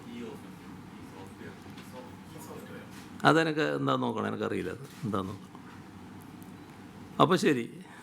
മുഖ്യമന്ത്രി പിണറായി വിജയന്റെ വാർത്താ സമ്മേളനത്തിന്റെ തത്സമയ ദൃശ്യങ്ങളാണ് നമ്മൾ കണ്ടത്. ഇതിലേക്ക് വരുന്നതിന് തൊട്ട് മുൻപാണ് എക്സിറ്റ് പോൾ ഫലങ്ങൾ ോടുള്ള അദ്ദേഹത്തിന്റെ പ്രതികരണം പുറത്തു വന്നത്. കേരളത്തിലെ ഫലം എന്തായിരിക്കും എന്നത് സംബന്ധിച്ച് എക്സിറ്റ് പോൾ പ്രവചനങ്ങളോട് മുഖ്യമന്ത്രിയുടെ പ്രതികരണം. ഇതിനു മുൻപും പല എക്സിറ്റ് പോൾ പ്രവചനങ്ങളും തെറ്റായിരുന്നിട്ടുണ്ട്. അങ്ങനെ ഒരു മുൻകാല അനുഭവം നമുക്കുണ്ട്. ഏതായാലും 23-ാം തീയതി ജനവിധി പുറത്തു വരുമ്പോൾ മികച്ച വിജയം നേടാൻ കഴിയും എന്ന ആത്മവിശ്വാസമാണ് മുഖ്യമന്ത്രി പിണറായി വിജയൻ വാർത്താ സമ്മേളനത്തിനിടെ എക്സിറ്റ് പോൾ ഫലങ്ങളുമായി ബന്ധപ്പെട്ട ചോദ്യങ്ങൾക്ക് മറുപടിയായി പറഞ്ഞത്. അതോടൊപ്പം തന്നെ കേരളത്തിലെ ശബരിമല വിഷയം കേരളത്തിൽ ഏശാൻ പോകുന്നില്ല. ഈ ശബരിമല വിഷയത്തിൻ്റെ പേരിൽ ഓരോരുത്തർ കാട്ടിക്കൂട്ടിയ കാര്യങ്ങൾ എന്താണെന്ന് ജനങ്ങൾക്ക് ബോധ്യപ്പെട്ടിട്ടുണ്ട്. അടുത്ത ശബരിമല സീസണിൽ കുറേ കൂടി മെച്ചപ്പെട്ട സൗകര്യങ്ങളുള്ളൊരു ശബരിമലയാണ് തീർത്ഥാടകർ കാണാൻ പോകുന്നത് എന്ന പ്രതികരണം കൂടി മുഖ്യമന്ത്രി നടത്തി. അദ്ദേഹം എക്സിറ്റ് പോൾ ഫലപ്രവചനങ്ങളോടുള്ള മുഖ്യമന്ത്രിയുടെ പ്രതികരണം കൂടി നമ്മൾ കണ്ടു. ഈ ഫലപ്രവചനങ്ങൾ പല സന്ദർഭങ്ങളിലും ഇതിനു മുൻപ് തെറ്റിയ അനുഭവമുണ്ട് എന്ന് പറഞ്ഞുകൊണ്ടാണ് കേരളത്തിൽ മികച്ച വിജയമാണ് ഇടതുമുന്നണി പ്രതീക്ഷിക്കുന്നത് എന്ന പരാമർശം മുഖ്യമന്ത്രി പിണറായി വിജയൻ വാർത്താ സമ്മേളനത്തിനിടെ നടത്തി. തമിഴ്നാട് സംസ്ഥാനത്തിലെ രാഷ്ട്രീയ ചലനങ്ങൾ എന്തായിരുന്നു ഈ തെരഞ്ഞെടുപ്പ് കാലത്ത് എന്നതാണ് എക്സിറ്റ് പോൾ ഫല പ്രവചനങ്ങളുടെ അടിസ്ഥാനത്തിൽ നമ്മൾ പരിശോധിച്ചു കൊണ്ടിരുന്നത്. അതിനോടുള്ള പ്രതികരണം നടത്തുകയായിരുന്നു CR നീലകണ്ഠൻ. ഈ ചർച്ചയിൽ പങ്കെടുത്തുകൊണ്ട് ജെബി മേത്തർ, കോൺഗ്രസിനെ പ്രതിനിധീകരിച്ച് ശ്രീമതി ജെബി മേത്തറും ഈ ചർച്ചയിൽ പങ്കെടുക്കാനുണ്ട്. ശ്രീമതി ജെബി മേത്തർ, സ്വാഭാവികമായും കോൺഗ്രസിന് അങ്ങേയറ്റം പ്രതികൂലമായ തരത്തിലാണ് ഈ പ്രവചനങ്ങളെല്ലാം പുറത്തു വന്നിരിക്കുന്നത്. അപ്പോൾ കോൺഗ്രസിന് നേരെ ഉയർന്നു വന്നൊരു വിമർശനം, അതത് സംസ്ഥാനങ്ങളിൽ അനുകൂലമായ തരത്തിൽ കക്ഷികളുമായി മുന്നണി ബന്ധത്തിൽ ഏർപ്പെടാൻ, സഹകരണം ഉറപ്പാക്കാൻ കോൺഗ്രസിന് കഴിയാതെ പോയി എന്നതാണ് കോൺഗ്രസ് നേരിട്ടൊരു വിമർശനം. ആ വിമർശനത്തിൽ നിന്ന് മാറ്റി നിർത്താൻ കഴിയുന്ന ഒരു സംസ്ഥാനമാണ് തമിഴ്നാട്. DMKയുടെ മുന്നേറ്റം കോൺഗ്രസിന് സ്വാഭാവികമായും പ്രതീക്ഷ നൽകുന്ന ഒന്നല്ലേ? ഏറ്റവും കൂടുതൽ സന്തോഷം തരുന്ന, അല്ലെങ്കിൽ എക്സിറ്റ് പോൾ മാറ്റിവെച്ചാൽ പോലും നമ്മൾ ഏറ്റവും കൂടുതൽ പ്രതീക്ഷിക്കുന്ന ഒരു സംസ്ഥാനം തമിഴ്നാടാണ്. അതിൽ DMKയുടെ പങ്ക് വളരെ വലുതാണ്. സ്റ്റാലിൻ്റെ പങ്ക് വളരെ വലുതാണ്. രാഹുൽ ഗാന്ധിയെ പ്രധാനമന്ത്രിയായി ഉയർത്തി കാണിക്കാൻ ഏറ്റവും കൂടുതൽ താല്പര്യവും ചങ്കുറപ്പും കാണിച്ച നേതാവ് ശ്രീ സ്റ്റാലിനാണ്. ഞാൻ യൂത്ത് കോൺഗ്രസിൻ്റെ ഉത്തരവാദിത്തത്തിൻ്റെ ഭാഗമായി തമിഴ്നാട്ടിൽ കോൺഗ്രസ് മത്സരിക്കുന്ന ഒരുവിധപ്പെട്ട എല്ലാ പാർലമെൻറ്റ് മണ്ഡലങ്ങളിലും പോയതാണ്, നേരിട്ട് കണ്ടതാണ്. അവിടുത്തെ പ്രവർത്തനം എന്ന് പറഞ്ഞാൽ ഒരു അലയൻസ് എങ്ങനെയാണോ പ്രവർത്തിക്കേണ്ടത് അതിൻ്റെ റോൾ മോഡലാണ് തമിഴ്നാട്ടിലെ ഈ തവണത്തെ DMKയുടെയും കോൺഗ്രസിൻ്റെയും അലയൻസ്. പക്ഷേ ശ്രീമതി ജെബി മേത്തർ, അപ്പോഴുമുള്ളൊരു പ്രശ്നം 2014 അണ്ണാ DMKക്ക് കിട്ടിയതുപോലെ ഒരു ക്ലീൻ സ്വീപ്പിനുള്ള സാധ്യത പൂർണ്ണമായി ഈ പ്രവചനങ്ങളിൽ ഒന്നും തന്നെ കാണുന്നില്ല എന്നാണ്. ഇപ്പോൾ താങ്കൾ പറഞ്ഞതുപോലെ അത്ര മികച്ച ഒരു മുന്നേറ്റം നടത്തുകയാണെങ്കിൽ ഏതാണ്ട് കഴിഞ്ഞ തവണത്തെ പോലെ ഇപ്പോൾ 37 സീറ്റുകളിലാണ് അണ്ണാ DMK കഴിഞ്ഞ തവണ വിജയിച്ചത്. അതുപോലെ ഒരു ക്ലീൻ സ്വീപ്പ് DMKക്ക് അനുകൂലമായി ഉണ്ടാകും എന്ന് ഈ പ്രവചനങ്ങളിൽ എവിടെയുമില്ല. പ്രവചനങ്ങളില്ല, പക്ഷേ ഞങ്ങളുടെ കണക്കൂട്ടലിൽ തീർച്ചയായും അതൊരു ക്ലീൻ സ്വീപ്പാണ്. ഹർഷൻ ഇവിടെ പറഞ്ഞപ്പോൾ വളരെ വ്യക്തമായി തമിഴ്നാടിൻ്റെ ബാക്ക്ഗ്രൗണ്ടിനെ കുറിച്ച് പറഞ്ഞു. അതിലൊരു അഡീഷണൽ പോയിൻ്റായി ശ്രീ നീലകണ്ഠൻ പറയുകയും ചെയ്തു TTV ദിനകരൻ്റെ ഒരു പാർട്ടിയുടെ ഒരു കാര്യം. TTV ദിനകരൻ്റെ പാർട്ടിയുടെ വോട്ടുകൾ തീർച്ചയായും AIADMKയിൽ നിന്നാണ് മാറിപ്പോവാനുള്ള എല്ലാ സാധ്യതകളും. ഇവിടെ തമിഴ്നാട്ടിൽ AIADMK, അതായത് മോദിയും 2 EPS OPS അടങ്ങുന്ന AIADMKയുടെ ഒരു ജോഡി കൂടിച്ചേർന്നതോടുകൂടി AIADMKക്ക് അതൊരു സൂയിസൈഡൽ മൂവ് ആയി മാറിയിരിക്കുന്നു. അതായത് അവരേതൊക്കെയോ പ്രഷറുടെ പുറത്തായിരിക്കാം ആ ഒരു ഇതിന് ചേർന്നത്. എന്തായാലും തമിഴ്നാട് രാഷ്ട്രീയം അറിയുന്ന ഒരുവിധപ്പെട്ട എല്ലാവരും അംഗീകരിക്കുന്ന കാര്യമാണ് AIADMKയും BJPയും തമ്മിലുള്ള ഒരു അലയൻസ് ഒരു സൂയിസൈഡൽ മൂവാണ്. അത് മാത്രമല്ല അവിടെ ഒരു ലീഡർഷിപ്പ് വാക്യൂം. അല്ല, അവിടെ ജെബി മേത്തർ, അവിടെ കോൺഗ്രസിന് ഇങ്ങനെ വലിയ അവകാശവാദങ്ങൾ ഉന്നയിക്കാൻ എന്താണുള്ളത്? തമിഴ്നാട്ടിലെ ദ്രാവിഡ രാഷ്ട്രീയം ചർച്ച ചെയ്യപ്പെടുമ്പോൾ അവിടെ ഏറ്റുമുട്ടലുകൾ ഉണ്ടാകുമ്പോൾ സ്വാഭാവികമാണ്. അത് ഒന്നെങ്കിൽ അണ്ണാ DMK പിന്തുണയ്ക്കുന്നു, അല്ലെങ്കിൽ DMK. ഇത്തവണ കരുണാനിധിയും ജയലളിതയും ഇല്ലാത്ത ഒരു ആദ്യ തെരഞ്ഞെടുപ്പാണ്. DMKക്ക് അനുകൂലമായ ഒരു രാഷ്ട്രീയ സാഹചര്യമാണ് തമിഴ്നാട്ടിലുള്ളത്. സ്റ്റാലിൻ്റെ രാഷ്ട്രീയ ഭാവി നിർണ്ണയിക്കപ്പെടാൻ പോകുന്ന തെരഞ്ഞെടുപ്പ് എന്ന സവിശേഷത ഇതിനുണ്ട്. ഇതിനപ്പുറം കോൺഗ്രസിനകത്ത് പ്രത്യേകിച്ച് റോളൊന്നുമില്ലല്ലോ. കോൺഗ്രസിൻ്റെ ഏറ്റവും കോൺഗ്രസല്ലേ UPA നയിക്കുന്നത്. UPAയുടെ ഏറ്റവും വലിയ സ്ട്രോങ് അലയല്ലേ DMK.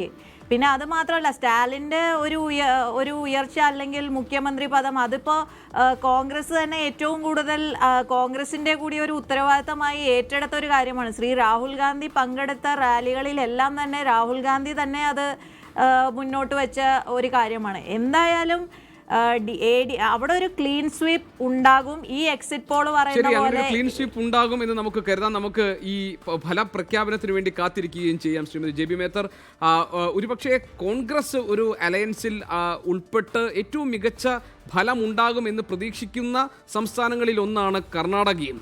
JDS കോൺഗ്രസ് സഖ്യത്തിൽ നിന്ന് നല്ല ജനപിന്തുണ ഇത്തവണ ഈ തെരഞ്ഞെടുപ്പിൽ നേടിയെടുക്കാൻ കഴിയുമെന്ന പ്രതീക്ഷ കോൺഗ്രസിനുണ്ടായിരുന്നു. പക്ഷേ തെരഞ്ഞെടുപ്പിന് തൊട്ടു മുൻപ് വന്നിരിക്കുന്ന ഈ ഫലപ്രഖ്യാപനത്തിന് തൊട്ടു മുൻപ് വന്നിരിക്കുന്ന ഈ എക്സിറ്റ് പോൾ ഫലങ്ങൾ കോൺഗ്രസിന് അത്ര നല്ല വാർത്തയല്ല കർണാടകത്തിൽ നിന്ന് നൽകുന്നത്. നമുക്ക് കർണാടകത്തിലെ സ്ഥിതി എങ്ങനെയാണെന്ന് വളരെ പെട്ടെന്ന് നോക്കാം. 2014 കർണാടകത്തിലെ 28 സീറ്റുകളുള്ള കർണാടകത്തിലെ സീറ്റ് നില എങ്ങനെയാണ് എന്ന് നമുക്ക് നോക്കാം.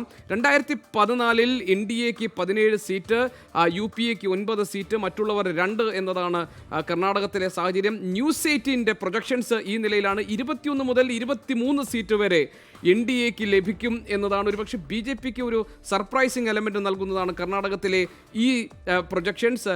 UPAക്ക് 5 മുതൽ 7 സീറ്റ് മാത്രമാണ്. അതായത് കോൺഗ്രസ് JDS സഖ്യത്തിന് ലഭിക്കാൻ പോകുന്നത് 5 മുതൽ 7 സീറ്റ് വരെ മാത്രമാണ് എന്നതാണ്. നിയമസഭാ തെരഞ്ഞെടുപ്പിന് ശേഷം കോൺഗ്രസ് നടത്തിയ ഒരു സ്മാർട്ട് മൂവോടുകൂടി ഭരണം പിടിച്ചെടുക്കാൻ കോൺഗ്രസ് JDS സഖ്യത്തിന് കഴിഞ്ഞെങ്കിലും അതിൻ്റെ ആനുകൂല്യം ലോക്സഭാ തെരഞ്ഞെടുപ്പിൽ കർണാടകത്തിൽ കിട്ടാൻ ഇടയില്ല എന്നാണ് എക്സിറ്റ് പോൾ ഫലപ്രവചനങ്ങൾ പറയുന്നത്. സീ വോട്ടർ സർവേ എങ്ങനെയാണ് പ്രവചിക്കുന്നത് നോക്കാം. കർണാടകത്തിൽ NDAക്ക് 18 സീറ്റ് കിട്ടും എന്നാണ് സീ വോട്ടർ സർവേ പറയുന്നത്. UPAക്ക് 9 സീറ്റും മറ്റുള്ളവർ 1 സീറ്റും എന്നതാണ് റിപ്പബ്ലിക് സീ വോട്ടർ സർവേ കർണാടകത്തിൻ്റെ ചിത്രം നമുക്ക് മുന്നിൽ അവതരിപ്പിക്കുന്നത്.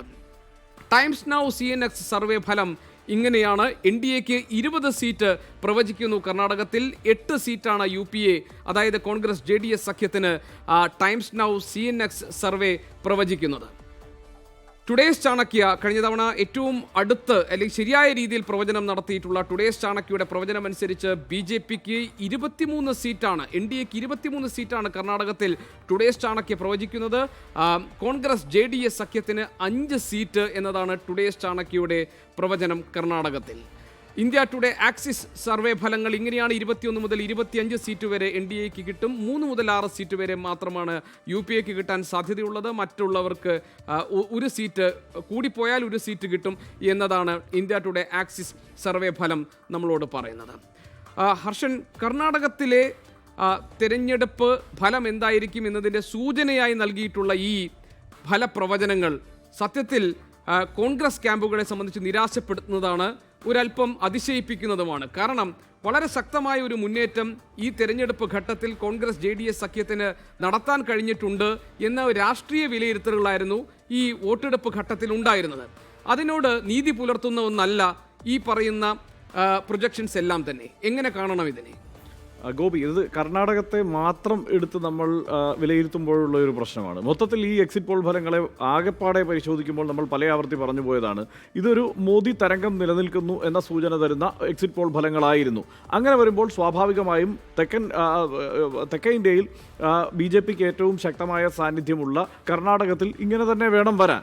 അതങ്ങനെ നിൽക്കട്ടെ. പക്ഷേ മറ്റ് കർണാടകത്തെ മാത്രം എടുത്ത് പരിശോധിച്ചാൽ പറയാവുന്ന ഒരു പ്രധാനപ്പെട്ട കാര്യം, കഴിഞ്ഞ നിയമസഭാ തെരഞ്ഞെടുപ്പിൽ വളരെ നേരത്തെ ഗോപി സൂചിപ്പിച്ചതുപോലെ ഒരു സ്മാർട്ട് മൂവായിരുന്നു അവിടെ സർക്കാർ രൂപീകരിക്കാൻ, നേരെ JDS-നെ ക്ഷണിച്ചുകൊണ്ട് സർക്കാർ രൂപീകരിക്കാനുള്ള കോൺഗ്രസിൻ്റെ നീക്കം എന്നത് ഏറെ തന്ത്രപരമായിരുന്നു. ഏത് ഭാഷയിൽ BJP സംസാരിക്കുന്നുവോ അതേ ഭാഷയിൽ തിരിച്ച് സംസാരിക്കുക എന്ന തന്ത്രമാണ് അവിടെ കോൺഗ്രസ് പ്രയോഗിച്ചത്. അത് വിജയിക്കുകയും ചെയ്തു. പക്ഷേ പ്രശ്നം, ഈ എക്സിറ്റ് പോൾ ഫലങ്ങൾ നോക്കൂ, അവിടെ 0 സീറ്റുകൾ, അതായത് ഒരു സീറ്റ് പോലും ഒരുപക്ഷെ ജനതാദൾ എസിന് കിട്ടാൻ സാധ്യത ഇല്ല എന്നാണ് മിക്കവാറും സർവേ ഫലങ്ങൾ പറയുന്നത്. 0 മുതൽ 3 സീറ്റ് വരെ എന്നതാണ് പറയുന്നത്. അതായത് ജനതാദൾ എസിനെ ആ മട്ടിൽ അങ്ങ് വിശ്വാസത്തിലെടുക്കാൻ അവിടുത്തെ ജനങ്ങൾ തയ്യാറായിട്ടില്ല. മറ്റൊന്ന്, ഈ വിശ്വാസ്യത നഷ്ടപ്പെടുത്തുന്നതിൽ കോൺഗ്രസിനും ഇതേ അബദ്ധം പറ്റി. കാരണം ഈ സർക്കാർ രൂപീകരിച്ചതിന് ശേഷം നമ്മൾ കണ്ടതാണല്ലോ അവിടെ നടന്ന നാടകങ്ങളെല്ലാം. ഈ MLA-മാർ ഇപ്പോൾ ഇതാ BJP-യിലേക്ക് പോകുന്നു, തിരിച്ചു വരുന്നു, MLA-മാരെ പുറത്താക്കുന്നു. അങ്ങനെ ആകെപ്പാടെ പ്രശ്നങ്ങൾ നിറഞ്ഞതായിരുന്നു, പ്രശ്ന സങ്കീർണമായിരുന്നു ഈ സർക്കാർ രൂപീകരിച്ചതിന് ശേഷം ഇങ്ങോട്ട് ഇതുവരെയുള്ള കർണാടകത്തിലെ കോൺഗ്രസിൻ്റെ അവസ്ഥ. അതുകൊണ്ട് കഴിഞ്ഞ നിയമസഭാ തെരഞ്ഞെടുപ്പിൽ എത്രത്തോളം വിശ്വാസ്യത ജനങ്ങൾ കോൺഗ്രസിൽ അർപ്പിച്ചോ അതിപ്പോഴില്ല എന്നതാണ് ഈ എക്സിറ്റ് പോൾ ഫലങ്ങൾ നൽകുന്ന സൂചന. അതായത് നേരത്തെ സൂചിപ്പിച്ച ഒരു മോദി വേവ് എന്നുള്ളത് ഒരു വശത്ത് നിൽക്കുന്നു. കാരണം അതാണല്ലോ ഈ എക്സിറ്റ് പോൾ ഫലങ്ങൾ നമുക്ക് നൽകുന്ന സൂചന, ഒരു മോദി വേവ് നിലനിൽക്കുന്നു എന്ന് തന്നെയാണല്ലോ. ഒന്നത്. മറ്റൊന്ന്, അവിടുത്തെ കോൺഗ്രസിനെ കഴിഞ്ഞ നിയമസഭാ തെരഞ്ഞെടുപ്പിൻ്റെ ആ ഒരു തലത്തിൽ ജനങ്ങൾ വിശ്വസിക്കുന്നില്ല എന്നതുകൂടിയാണ് മനസ്സിലാക്കാൻ കഴിയുക. ശ്രീ CR നീലകണ്ഠനേക്ക്. ശ്രീ CR നീലകണ്ഠൻ, ഇതായിരുന്നു എൻ്റെ ഒരു വിലയിരുത്തൽ. കാരണം ആ കോൺഗ്രസിനെ കഴിഞ്ഞ നിയമസഭാ തെരഞ്ഞെടുപ്പിൻ്റെ കാലത്തേതുപോലെ വിശ്വസിക്കാൻ ജനങ്ങൾ തയ്യാറാവുന്നില്ല എന്നത് അതെത്രത്തോളം ശരിയാണ്? മറ്റെന്തെല്ലാം കാരണങ്ങളാണ് ഇവിടെ ഇങ്ങനെയൊരു ഫലമുണ്ടാവാൻ കാരണമായിട്ടുള്ളത്? പല കാരണങ്ങളോട് ഞാൻ യോജിക്കുന്നു. തീർച്ചയായും മോഡിക്ക് അനുകൂലമായി ദക്ഷിണേന്ത്യയിൽ ഒരു മൂവ് ഉണ്ടാകാൻ സാധ്യതയുള്ള സ്ഥലം കർണാടകം തന്നെയാണ്. പക്ഷെ അതിനപ്പുറത്ത് 2 വിഷയങ്ങൾ ഇതിനകത്തുണ്ട്. ഒന്ന്, ഈ പറഞ്ഞതുപോലെ വിശ്വാസ്യത. കഴിഞ്ഞ നിയമസഭാ തെരഞ്ഞെടുപ്പിൽ ഇവർ സഖ്യമായല്ല മത്സരിച്ചത് എന്ന് നമുക്കറിയാം. വ്യത്യസ്തമായാണ് മത്സരിച്ചത്. വ്യത്യസ്തമായി മത്സരിച്ച 2 കക്ഷികൾ, ഒന്നും 2 എന്ന് പറയുന്നത് ചിലപ്പോൾ ശരിയാവണമെന്നില്ല എന്ന് ഇന്ത്യൻ രാഷ്ട്രീയത്തിൽ നമുക്കൊക്കെ അറിയാം. ഇപ്പോൾ JDS-ന്റെ വോട്ട് കോൺഗ്രസിനും കോൺഗ്രസിൻ്റെ വോട്ട് JDS-നും എല്ലാ മണ്ഡലത്തിലും അതുപോലെ ട്രാൻസ്ഫർ ചെയ്തു കൊള്ളണമെന്നില്ല. നമ്മൾ നേരത്തെ തമിഴ്നാടിൻ്റെ കാര്യത്തിൽ പറഞ്ഞൊരു കാര്യമുണ്ട്. മഴവിൽ മുന്നണിയുടെയും അണ്ണാ DMK-യുടെയും വോട്ട് ചേർത്താൽ വലിയ വോട്ടാവും, 60% ആവും എന്ന BJP പ്രതിനിധി പറഞ്ഞതിന് നേരെ വിപരീതം അതിൻ്റെ മറ്റൊരു രൂപമാണ് ഇവിടെയും കാണുന്നത്. JDS-ന്റെ ഒരു ജാതി ആയി ബന്ധപ്പെട്ട, കർണാടകത്തിൽ ജാതി വളരെ പ്രധാനമാണ്. ഈ ജാതി രാഷ്ട്രീയത്തിൻ്റെ ചില ജാതി അടിത്തറകളിൽ നിൽക്കുന്ന പാർട്ടികൾ തമ്മിൽ സഖ്യം ചെയ്യുമ്പോൾ അതിനൊരു ചെറിയ വ്യത്യാസം നമ്മൾ കണ്ടത് ഈ ഉത്തർപ്രദേശിലാണ്. SP-BSP സഖ്യം. അതുപോലെ ഒരു അലയൻസ്, ഒരു കെമിസ്ട്രി ഇവിടെ ഉണ്ടായിട്ടുണ്ടാവാൻ സാധ്യതയില്ല. അതുകൊണ്ട് വോട്ട് ട്രാൻസ്ഫർ മാത്രമല്ല, ഈ എക്സിറ്റ് പോളിലൊരു പ്രശ്നം ഞാൻ എപ്പോഴും കണ്ടിട്ടുണ്ട്. വോട്ട് ട്രാൻസ്ഫർ അങ്ങനെ എക്സിറ്റ് പോളിൽ വരണമെന്നില്ല, അതിൻ്റെ സത്യാവസ്ഥ വരണമെന്നില്ല. മാത്രമല്ല, ഓരോ സ്ഥാനാർത്ഥികൾ, പ്രാദേശികമായൊരു സ്ഥാനാർത്ഥി വരുമ്പോൾ അയാളുടെ ജാതി, അയാളുമായുള്ള പ്രശ്നങ്ങൾ, അയാളുടെ കുടുംബ ബന്ധു, ദേവഗൗഡയുടെ കുടുംബക്കാരൊക്കെ തെരഞ്ഞെടുപ്പിൽ മത്സരിക്കുകയാണ്. സ്വാഭാവികമായും കോൺഗ്രസിൻ്റെ പ്രാദേശിക നേതാക്കൾ അവിടെ എതിർപ്പും. ഇപ്പോൾ സുമലതയുടെ വിഷയം നമുക്ക് അവിടെ നന്നായിട്ട് അറിയാം. സുമലത പോലൊരു കാൻഡിഡേറ്റ്, അവിടെ വരേണ്ട ഒരു കാൻഡിഡേറ്റിനെ മാറ്റി അവർ BJP അങ്ങനെയൊക്കെ വരുന്ന ഒരു സർവേ ഫലങ്ങളിലൊക്കെ സുമലത ജയിക്കുമെന്നാണ് കേട്ടോ, എല്ലാ സർവേ ഫലങ്ങളിലും. അല്ല, അതാ ഞാൻ പറഞ്ഞേ, സുമലത ഇപ്പുറത്ത് നിന്ന് സീറ്റ് കൊടുക്കേണ്ട സുമലതയെ അപ്പുറത്തേക്ക് തള്ളിവിട്ടപ്പോൾ അവിടെ സംഭവിച്ചതാണ്. ഇപ്പോൾ പ്രകാശ് രാജ് ബാംഗ്ലൂർ മത്സരിക്കുന്നത്, പ്രകാശ് രാജിന് തീർച്ചയായും ഒരു പിന്തുണ കൊടുത്തിരുന്നെങ്കിൽ ഞാൻ പ്രതീക്ഷിക്കുന്നു ആ സീറ്റ് ജയിക്കാൻ സാധ്യതയുണ്ട്. അപ്പോൾ അങ്ങനെയുള്ള പ്രശ്നങ്ങൾ, വോട്ട് ട്രാൻസ്ഫറിൻ്റെ വിഷയങ്ങൾ, ഇതിലൊക്കെ പുറമെ വിശ്വാസ്യത. ഇപ്പോൾ കർണാടക ഒരു കാര്യം ഉറപ്പാണ്, മോദി അധികാരത്തിലേക്ക് തിരിച്ചു വന്നാൽ ആദ്യത്തെ കാഷ്വാലിറ്റി കർണാടക മുഖ്യമന്ത്രി കുമാരസ്വാമി ആയിരിക്കും എന്ന കാര്യത്തിൽ ഒരാൾക്കും തർക്കമില്ല. ഒറ്റ രാത്രി കൊണ്ട് കർണാടകയിലെ കോൺഗ്രസ് JDS MLA-മാർ BJP പാളയത്തിലെത്തും. പിറ്റേ ദിവസം യെദ്യൂരപ്പ മുഖ്യമന്ത്രിയോ അതുപോലെ ആരെങ്കിലും, യെദ്യൂരപ്പ മിക്കവാറും. അല്ല, CR നീലകണ്ഠൻ, ഇതേപോലെ സമാന രീതിയിൽ പശ്ചിമ ബംഗാളിനെയും ഇളക്കാൻ പാകത്തിൽ ചില നീക്കങ്ങൾ നടത്തുന്നുണ്ട് എന്ന് മോദി പ്രസംഗത്തിൽ തന്നെ പറഞ്ഞതാണ്. തെരഞ്ഞെടുപ്പ് പ്രചാരണ യോഗങ്ങളിൽ പറഞ്ഞാണ് പശ്ചിമ ബംഗാളിലും MLA-മാർ ഞങ്ങളെ സമീപിച്ചിട്ടുണ്ടെന്ന്. ഓർക്കുന്നുണ്ടാവുമല്ലോ അല്ലേ? അല്ല, ഉണ്ട്. അത് പശ്ചിമ ബംഗാളിൽ മാത്രമല്ല, ഡൽഹിയിൽ പറഞ്ഞല്ലോ. ഡൽഹിയിൽ ഇത്രയും മഹാഭൂരിപക്ഷമുള്ള ആം ആദ്മി സർക്കാരിനെ മറച്ചിടാനുള്ള MLA-മാർ ഞങ്ങൾക്കുണ്ട് എന്നാണ് പറഞ്ഞത്. അത് BJP-യുടെ സംസ്കാരം. നമ്മൾ അതിനെക്കുറിച്ച് പറയേണ്ട. അവർക്ക് എങ്ങനെ, ഞാൻ പറഞ്ഞല്ലോ, ഏറ്റവും നന്നായി ഒരു എത്തിക്സും ഇല്ലാതെ ഇലക്ഷൻ മാനേജ് ചെയ്യാൻ കഴിയും ഞങ്ങൾക്കെന്ന്. കാശ്മീരിൽ PDP മുതൽ കേരളത്തിന് ആവശ്യമെങ്കിൽ മുസ്ലിം ലീഗ് വരെ ആയിട്ട് സഖ്യമുണ്ടാക്കാൻ ഒരു വിഷമവും BJPക്ക് ഇല്ല. അവരുണ്ടാക്കും. PDP ആയിട്ട് സഖ്യം ഉണ്ടാക്കിയെങ്കിൽ പിന്നെ മുസ്ലിം ലീഗായിട്ട് സഖ്യം ഉണ്ടാക്കിയ എന്താ കുഴപ്പം? അല്ലെങ്കിൽ DMK, അണ്ണാ DMK ഏത് കക്ഷിയുമായി സഖ്യമുണ്ടാക്കുന്ന, പ്രത്യേകിച്ച് രാഷ്ട്രീയത്തിൽ ഒരു എത്തിക്സ് വേണ്ട എന്ന് തീരുമാനിച്ചിട്ടുള്ള ഒരു രാഷ്ട്രീയ കക്ഷിക്ക് ഈ ആളുകളെയൊക്കെ അടർത്തിയെടുക്കാം, ഏത് മന്ത്രിസഭയും മാറ്റാം. എനിക്കറിയില്ല രാജസ്ഥാനിലും മധ്യപ്രദേശിലും ഒക്കെ മന്ത്രിസഭ നിലനിൽക്കുമെന്ന്. അത്രയ്ക്കും ആ ഒരു ലെവലിൽ നിൽക്കുമ്പോൾ തീർച്ചയായും അതിന് ഞാൻ BJP അല്ല കുറ്റം പറയുന്നത്. അങ്ങനെ തങ്ങളുടെ MLA-മാർ പോകുമെന്ന് ഭയപ്പെടുന്ന, റിസോർട്ടിൽ താമസിപ്പിക്കുന്ന കോൺഗ്രസിനെയും JDS-നെയും അവിടെയുള്ള ഈ കമ്മിറ്റഡ് അല്ലാത്ത വോട്ടർമാർ വിശ്വസിക്കുന്നില്ല എങ്കിൽ, അവർ അതിനേക്കാൾ കൂടുതൽ മോഡിയെയോ യെദ്യൂരപ്പയെ വിശ്വസിക്കുന്നുവെങ്കിൽ അതായിരിക്കും ഈ റിസൾട്ടിന്റെ അർത്ഥം. ശ്രീമതി ജെബി മേത്തർ, ഈ കർണാടകത്തിന്റെ കാര്യത്തിൽ ഈ പ്രൊജക്ഷൻസ് വെച്ച് നോക്കുമ്പോൾ അവിടെ സിറ്റുവേഷൻസ് ഏറെക്കുറെ കോൺഗ്രസിനും JDS-നും മാനേജ് ചെയ്യാൻ കഴിയുന്നു എന്ന ഒരു ഫീലായിരുന്നു കർണാടകത്തിൽ നിന്ന് പുറത്തു വന്നിരുന്നത്. എന്നിട്ടും BJPക്ക് അനുകൂലമായ അല്ലെങ്കിൽ NDAക്ക് അനുകൂലമായ തരത്തിലേക്ക് ഈ പ്രവചനങ്ങൾ മാറുന്നതിന്റെ രാഷ്ട്രീയ കാരണങ്ങൾ എന്താണെന്നാണ് നിങ്ങൾ വിലയിരുത്തുന്നത്? കർണാടകയിൽ നമ്മൾ ഈ എക്സിറ്റ് പോളിൽ കാണുന്ന പോലെയല്ല നമ്മൾ പ്രതീക്ഷിക്കുന്നത്. നമ്മളൊരു ഒപ്പത്തിനൊപ്പം എന്നുള്ള ഒരു 50-50 എന്നുള്ള തരത്തിലുള്ള ഒരു എക്സ്പെക്റ്റേഷൻ. ഞാൻ ഒരിക്കലും തമിഴ്നാട്ടിൽ നമ്മൾ ക്ലീൻ സ്വീപ്പ് പ്രതീക്ഷിക്കുന്നു അല്ലെങ്കിൽ കേരളത്തിൽ അങ്ങനെ പ്രതീക്ഷിക്കുന്നു എന്ന് പറയുന്ന പോലെ കർണാടകയുടെ കാര്യത്തിൽ പറയുന്നില്ല. പക്ഷേ കർണാടകയുടെ കാര്യത്തിലും എക്സിറ്റ് പോൾ പറയുന്ന തരത്തിലുള്ള ഒരു സാഹചര്യം നിലനിൽക്കുന്നു എന്ന് ഞാൻ കരുതുന്നില്ല. ഒപ്പത്തിനൊപ്പം തന്നെയായിരിക്കും UPAയും NDAയുമാണ് എന്നാണ് ഞങ്ങളുടെ ഒരു വിശ്വാസം. പിന്നെ ഇതിൻ്റെ കാരണങ്ങൾ നമ്മൾക്കറിയാം. നമ്മൾ അഹമ്മദ് പട്ടേലിൻ്റെ ഇലക്ഷൻ മുതൽ കർണാടകയിലെ ഒരു സാഹചര്യങ്ങളും എത്രത്തോളം കോൺഗ്രസ് MLA-മാരെ തട്ടിക്കൊണ്ടുപോകാൻ നോക്കുന്ന ശ്രമങ്ങളും, പ്രധാനമന്ത്രി ഒരു എലക്ഷൻ, അതായത് 2019 പോലെ ഏറ്റവും പ്രധാനപ്പെട്ട ഒരു ജനറൽ ഇലക്ഷൻ്റെ സമയത്ത് പോലും മൈക്കിൽ ലൂടെ ഓപ്പണായി കുതിരക്കച്ചവടത്തിൻ്റെ വർത്തമാനം പറയുന്ന അത്രത്തോളം തരം താഴ്ന്ന ഒരു തലത്തിലേക്ക് പ്രധാനമന്ത്രി പോയതും നമ്മളെല്ലാവരും കണ്ടതാണ്. അപ്പോൾ സാഹചര്യങ്ങൾ എന്തൊക്കെയാണെങ്കിലും 23-ാം തീയതി അറിയാൻ സാധിക്കും. പക്ഷെ ഞങ്ങൾ ഇപ്പോഴും വിശ്വസിക്കുന്നു ഈ പറയുന്ന പോലെ എക്സിറ്റ് പോളല്ല, മറിച്ച് ഒരു 50-50 എന്ന ക്രമത്തിലായിരിക്കും കർണാടകയിൽ കാര്യങ്ങൾ എത്താൻ പോകുന്നത്. പലപ്പോഴും ഞാൻ ഒരു കാര്യം സമ്മതിക്കുന്നു, ഒരു പ്രശ്നം ഈ പറഞ്ഞ നേരത്തെ ശ്രീ CR നീലകണ്ഠൻ വിമർശിച്ചത് കേട്ട് കാണുമല്ലോ. എല്ലായിടത്തും ഈ എക്സിറ്റ് പോൾ ഫലങ്ങൾ വിലയിരുത്തിയാൽ നമ്മൾ നേരത്തെ പറഞ്ഞു പോയത് പലതും ശരിയാണെന്ന് നമുക്ക് തോന്നിപ്പോകും. കാരണം ഒരു സഖ്യരൂപീകരണത്തിൽ കൃത്യമായ നിലപാട് സ്വീകരിക്കാനോ ദേശീയ തലത്തിൽ തന്നെ ആ മട്ടിലൊരു നെറേറ്റീവ് രൂപപ്പെടുത്താനോ, ആരൊക്കെയാണ് ആർക്കാരാണ് എതിരാളി എന്ന മട്ടിൽ വ്യക്തമായി ജനങ്ങളുടെ മനസ്സിലേക്ക് എത്തുന്ന തരത്തിൽ പ്രചരിപ്പിക്കാനോ കോൺഗ്രസിന് കഴിഞ്ഞില്ല എന്ന വിമർശനം ഇവിടെ നിലനിൽക്കുകയാണ്. ഇവിടെ പോലും അതായത് വളരെ ആധികാരികമായി ആർക്ക് നമ്മൾ പിന്തുണ നൽകണം എന്ന തീരുമാനമെടുക്കുന്ന കാര്യത്തിൽ കർണാടകത്തിലും നിങ്ങൾക്ക് പരാജയം സംഭവിച്ചിട്ടുണ്ട്. നറേറ്റീവ് ക്രിയേറ്റ് ചെയ്യാൻ കോൺഗ്രസിന് സാധിച്ചില്ല എന്ന് പറഞ്ഞാൽ അത് ഒരു തരത്തിലും അംഗീകരിക്കാൻ പറ്റില്ല. എന്ന് വെച്ചാൽ നമ്മുടെ നറേറ്റീവ് വളരെ ക്ലിയർ ആണ്. ഞങ്ങൾ ഒരു വികസനത്തിൻ്റെ ഒരു പ്രോഗ്രസീവ് ഒരു അജണ്ട വളരെ ക്ലിയറായി നമ്മൾ സെറ്റ് ചെയ്തു. അത് ഇവരുടെ ഒരു ഡൈവേഷണറി ഒരു അജണ്ടയല്ല. നമ്മുടെ ഒരു അജണ്ട വളരെ ക്ലിയറായി, രാഹുൽ ഗാന്ധി വളരെ ക്ലിയറായി എണ്ണി ആ നറേറ്റീവ് സെറ്റ് ചെയ്തതാണ്. ഇപ്പോൾ നരേന്ദ്രമോദിയുടെ പ്രസംഗങ്ങൾ ഒരു മാർച്ച് 27-ാം തീയതി മുതൽ മെയ് 6-ാം തീയതി വരെയുള്ള പ്രസംഗങ്ങൾ മാത്രം നിങ്ങൾ എടുത്തു നോക്കിയാൽ അറിയാൻ സാധിക്കും. അതിൽ റോസ്ഗാർ, അതായത് എംപ്ലോയ്മെന്റിനെ കുറിച്ച് പരാമർശിച്ചിട്ടുള്ളത് വെറും ഒരു 3 പ്രാവശ്യം മാത്രമാണ്. പക്ഷേ മോദി മോദി മോദി എന്ന് അദ്ദേഹം സ്വയം പറഞ്ഞത് ഒരു 350 പ്രാവശ്യമാണ്. തീർച്ചയായും. പക്ഷേ അതിലൊരു പ്രധാനപ്പെട്ട കാര്യം, അത് ഒരൊറ്റ കാര്യം, കഴിഞ്ഞ പാർലമെന്റ് തെരഞ്ഞെടുപ്പിൽ വളരെ കൃത്യമായി മോദി മുന്നോട്ട് വെച്ചത് വികസനം എന്നുള്ള ഒരൊറ്റ മുദ്രാവാക്യമാണ്. ഈ പാർലമെന്റ് തെരഞ്ഞെടുപ്പ് എത്തുമ്പോഴേക്ക് അത് സമ്പൂർണ്ണമായും വികസനമെന്നോ അത് കഴിഞ്ഞ NDA സർക്കാർ നടപ്പാക്കിയ പദ്ധതികളോ അതൊന്നും പരാമർശിക്കാതെ അത് മുഴുവൻ മാറ്റിവെച്ചിട്ട് ഒരൊറ്റയടിക്ക് ഹിന്ദുത്വയിലേക്ക് വന്നു, നരേന്ദ്രമോദി എന്ന ഒരൊറ്റ വ്യക്തിയിലേക്ക് വന്നു. ഈ രണ്ട് വിഷയങ്ങൾ മാത്രമാണ് ഇത്തവണ BJP അവതരിപ്പിച്ചത്. അതിനെ ആ മട്ടിൽ കൗണ്ടർ ചെയ്യാൻ പറ്റിയോ എന്നുള്ളതാണ്, അല്ലെങ്കിൽ അതിനെ അഡ്രസ്സ് ചെയ്യാൻ എത്രത്തോളം കോൺഗ്രസിന് പറ്റി എന്നുള്ളതൊരു പ്രശ്നം തന്നെയാണ്. നമുക്കതിലേക്ക് തിരിച്ചു വരാം. വളരെ പെട്ടെന്ന് മറ്റു സംസ്ഥാനങ്ങളിലേക്ക്